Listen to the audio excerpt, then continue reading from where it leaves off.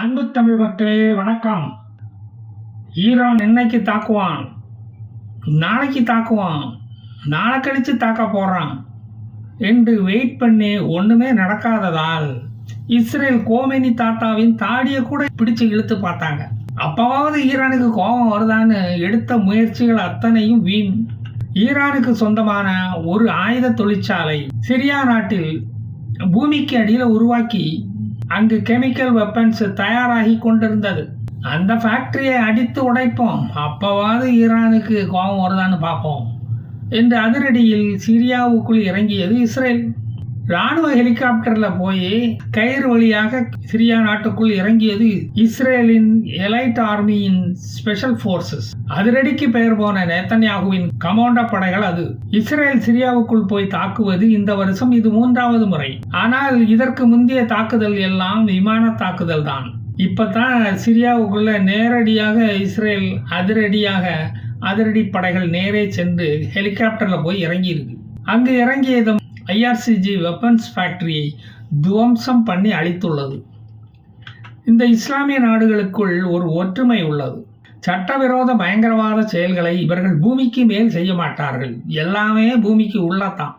பூமாதேவி கோவிச்சுக்குமா, எவனப்பாரு குழியை தோண்டி உள்ள போய் அங்கதான் பாம்பு ஏவுகணை இதெல்லாம் தயாரிப்பான். அப்படி உருவாக்கப்பட்ட சீக்ரெட் வெப்பன்ஸ் ஃபேக்டரியை தான் ரகசியமாக அங்கு செயல்பட்டு கொண்டு வந்தது. இந்த ஆயுத தொழிற்சாலை இயங்குவது யாருக்குமே தெரியாது, எக்ஸப்ட் மொசாத். மொசாத்துக்கு தெரியாம ஒரு பொட்டு வெடி கூட செய்ய முடியாத இந்த உலகத்துல. அவனுக்கு தான் உள்ள உடனே மூக்கில் வேர்த்துடுமே. உள்ளே இறங்கிய இஸ்ரேல் இராணுவ வீரர்கள் ஃபேக்டரியை சுற்றி ரிமோட்டில் வெடிக்கும் டைம் பாம்களை அங்கு நட்டு வைத்தார்கள். அப்போது கிளம்பிய எதிர்ப்பில் 2 ஈரானியர்களை அவர்கள் அலாக்காக தூக்கி கொண்டு ஹெலிகாப்டருக்குள்ளே கொண்டு போய் போட்டார்கள். இந்த நடவடிக்கைக்கு முன்பே இஸ்ரேலிய விமானப்படை சிரியாவின் விமானப்படையும் தளவாடங்களையும் நாசம் பண்ணிவிட்டதால் சிரியாவால் எதிர்த்தாக்குதல் ஒன்றுமே பண்ண முடியல. விமான ஓடுதளம் தமிழக ரோடுகள் போல சேதமடைந்து விட்டதால் எந்த ஒரு விமானமும் ஓடுதளத்தில் ஓட முடியவில்லை. மாஸ்யாஃப் என்ற அந்த இடத்தில் நடந்த அந்த தாக்குதல் சிரியா இதுவரை எதிர்பார்க்காத ஒன்று. இஸ்ரேல் நேரே வந்து இறங்கி அங்குள்ள பாதுகாப்பு படைகளை தாக்கும் என்று எதிர்பார்க்கவே இல்லை. தூங்கிட்டு இருந்தானுங்க. அங்கு பாதுகாப்புக்கு நின்றது ஈரானிய படைகளும் ஈரவங்காய சிரியா படைகளும் தான். ஏண்டா உன் நாட்டில் இடம் இல்லாமல் தான் இங்கே வந்து ஃபேக்ட்ரி தொடங்கினியா? சிரியா லெபனான் பார்டரில் ஆயுத தொழிற்சாலை இருந்தால் ஹிஸ்புல்லாகளுக்கு சௌரியமாக இருக்குமே, உடனுக்குடனே ஆயுத சப்ளை கடத்தி விடலாமே அப்படின்னு நினச்சி தானே இங்கே வந்து ஆரம்பிச்சிங்க. உங்கள் ஹமாஸ் புத்தி எங்களுக்கு தெரியாதா? ஏற்கனவே இஸ்ரேலின் போல்டுனஸ் எல்லாருக்கும் தெரியும். ஹமாஸ் குகைக்குள் தைரியமாக போகிறவன் அவன் ஒருத்தன் தான். ஹமாஸ் கூட அப்படி போக மாட்டான். அங்கிருந்த 14 சிரிய ஈரானிய படை வீரர்களுக்கு தட்காலில் மேல் லோகத்துக்கு உடனடி டிக்கெட் எடுத்து கொடுக்கப்பட்டது. 53 பேர் காயங்களோட உயிர் தப்புனா போதும்டா சாமி என்று தங்கள் குலதெய்வங்களை வணங்கிவிட்டு ஓட்டம் பிடித்தார்கள். அவர்களை சிரியா நாட்டு ஆம்புலன்ஸ்கள் வரவேற்றன. இன்னும் சில ஈரானியர்களை இஸ்ரேலியர்கள் உயிருடன் பிடித்து சென்றார்கள். அவர்களுக்கு சிரியா நாடு ஹெலிகாப்டர்லேருந்து பார்த்தா எப்படி இருக்கும் அப்படின்னு காட்டியது.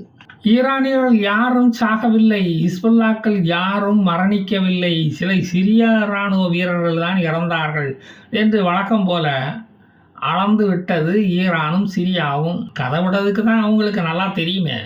அயத்துல்லா கோமெனிக்கு ரத்தம் கொதித்திருக்குமே, கண்கள் சிவந்து இருக்குமே, பற்கள் நரவென்று கடிபட்டு இருக்குமே, தாடி ஆடி இருக்குமே என்று நீங்கள் எதிர்பார்த்தால் அதுதான் இல்லை. அங்கே ஒன்றுமே நடக்கலை.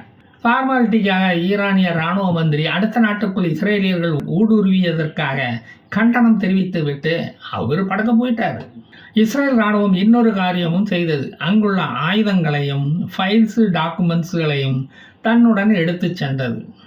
ஃபைல்ஸ்களில் கோழிக்கிருக்கலாக ஏதோ எழுதியிருந்தார்களாம், அதாவது அரபி மொழியில் எழுதியிருந்தார்களாம். அதை இஸ்ரேலில் கொண்டு போய் டிரான்ஸ்லேட்டரில் வச்சு பார்த்துக்கலாம். இந்த விமான தாக்குதல்களையும் தரைப்படை தாக்குதல்களையும் எதிர்பார்க்காத சோனகிரிகள் வாயடைத்து போய் நின்றார்கள். எச்சி முழுங்க முடியல, தொண்டை அடைத்தது. உங்கள் தொண்டையில் உள்ள கிச்சு கிச்சுக்கு விக்ஸ் மிட்டாய் சாப்பிடுங்கள்.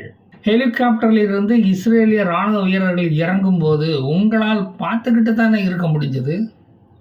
ரிட்டாலியேட்டுன்னா என்னன்னு உங்களுக்கு தெரியுமா? திருப்பி தாக்கணும்னு தோணலையா? இஸ்ரேலிய படைகள் உன் நாட்டில் 3 இடங்களில் தாக்கி இருக்கு, ஏவுகணைகளை வீசி இருக்கு. நீ உன் நாட்டை பாதுகாக்கிற லட்சணம் நல்லா தெரியுதியா? வேஸ்ட் பேப்பருக்கு பிறந்தவனே.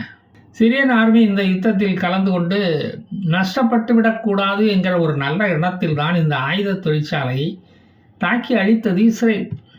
இந்த தாக்குதல் நடக்கப் போவது அமெரிக்காவுக்கு நல்லாவே தெரியும். நீ ஆயுதம் இருந்தால் தானே எங்களை தாக்குவேன். ஹிஸ்புல்லாக்களுக்கு ஆயுத சப்ளையை நிறுத்தினால் அல்லாஹ் அக்பர் என்ற கோஷம் கொஞ்சம் குறையும். அதுக்காகத்தான் இந்த தாக்குதல். மக்களும் டென்ஷன் இல்லாமல் இருப்பாங்க. லெபனானில் இருந்து கொண்டு இனி நாக்கை மடித்து பல்லை கடித்து கொண்டு மிரட்டி வேண்டுமானால் பயமுறுத்தலாமே தவிர வேற எதுவும் உங்களால் செய்ய முடியாது, பண்ணவும் முடியாது. இந்த தாக்குதலில் ரஷ்யன் கம்யூனிகேஷன் சென்டர் ஒன்றும் தாக்கி அழிக்கப்பட்டுள்ளது.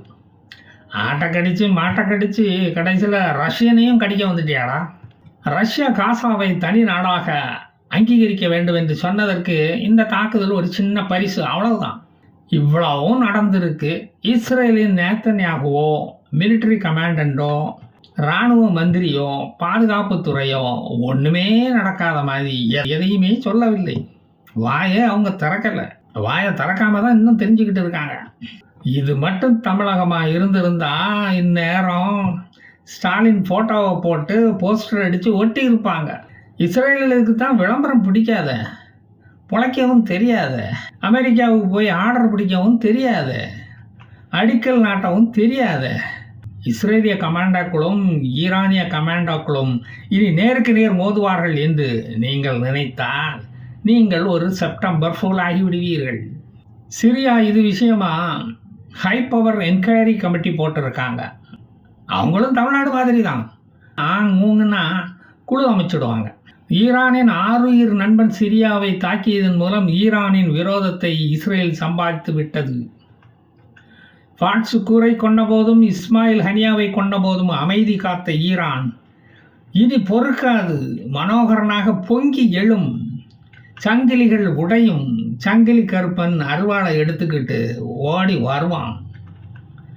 மாலை போட்டு நீங்கள் அவனை கும்பிட வேண்டியது வரும். பார்த்து ஜாக்கிரதையாக இருந்துக்கிடுங்க. சொல்ல வேண்டியது நம்ம கடமை இல்லையா? அதான் சொல்லிட்டேன். ஏப்ரல் 13 அன்று இஸ்ரேலின் மேல் 100 ஏவுகணைகளை விட்டுவிட்டு கமந்தடிச்சு படுத்த மாதிரி ஏதாவது ஒரு சம்பவம் கூடிய சீக்கிரமே நடக்கும். பல்லாண்டு கால விரோத கிடா ஆடுகள் முட்டி மோதும் போது சுற்றி இருக்கும் குள்ளநரிகள் குதூகலிக்கும், அதை கொண்டாடும். இந்தியா பாகிஸ்தான் கிரிக்கெட் மேட்ச் அங்கே நடக்கும். இஸ்லாமியர்கள் பாகிஸ்தானை ஆதரிப்பார்கள். சுவாரஸ்யத்துக்கு பஞ்சமே இருக்காது. எனது வீடியோக்களுக்கும் குறைவு இருக்காது. 2024 வருடம் முடிவதற்குள்ளாவது 3வது உலக மகா யுத்தத்தை தொடங்குவீர்களா? நீட் விலக்கு வரும் வரும் என்று ஏமாந்த மாதிரி தானா இதுவும்? இதற்கிடையில் ஜோர்டான் மக்கள் தெருவில் கூடி death to America, death to Israel என்று கோஷம் போட்டு இருக்கிறார்கள். இஸ்ரேலிய விமானங்கள் வருகின்றன என்று அவர்களிடம் சொல்லி பாருங்கள். ஒரு பய ரோட்டில் நிற்க மாட்டான். தொடர் ஓட்டத்தை தொடங்கிடுவான், ஓடிக்கிட்டே இருப்பான். அப்பப்போ வானத்தையும் வேற பார்த்துக்கிடுவான். 1951 கிங் ஆஃப் ஜோர்டனை அல் அக்கூசா மாஸ்கில் வச்சு துப்பாக்கியால் ஜெருசலமில் சுட்டு கொன்னானுங்க. ஏன் தெரியுமா? ஏனென்றால் அவர் இஸ்ரேலுடன் இணக்கமாக இருந்து ஜோர்டான் நாட்டு பொருளாதார வளர்ச்சிக்கு பாடுபட்டு உறுதுணையாக இருந்தார். அந்த ஒரே காரணத்துக்காக அவர் வீழ்த்தப்பட்டார். இஸ்ரேல் கூட எவனும் நண்பனாக இருந்துவிடக்கூடாதே. இப்படித்தான் எகிப்து அதிபர் அன்வர் சாதத்தையும் 1981 துப்பாக்கியால் சுட்டு கொன்னான். கொன்னவன் ஒரு பாலஸ்தீனிய டெய்லர். அவர் செய்த பாவம் என்ன? இஸ்ரேலுடன் ஃப்ரெண்ட்லியாக இருந்தது தான். இருக்க இடம் கொடுத்த PLO ஆர்கனைசேஷனை ஜோர்டான் மன்னரின் ஆட்சியை கவிழ்க்க அது முயற்சி செய்தது.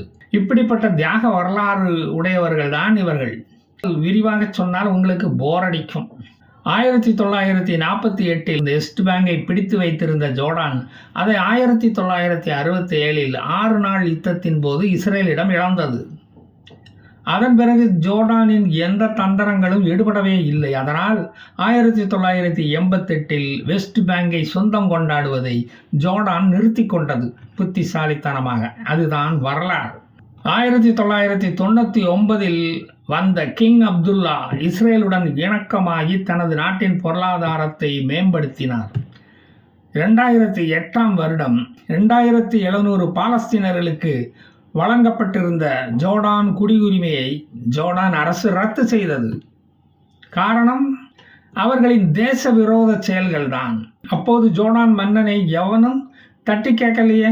உண்டவன் வீட்டுக்கு ரெண்டகம் செய்வதில் பாலஸ்தீனர்கள் தான் வல்லவர்கள் ஆயிட்டு.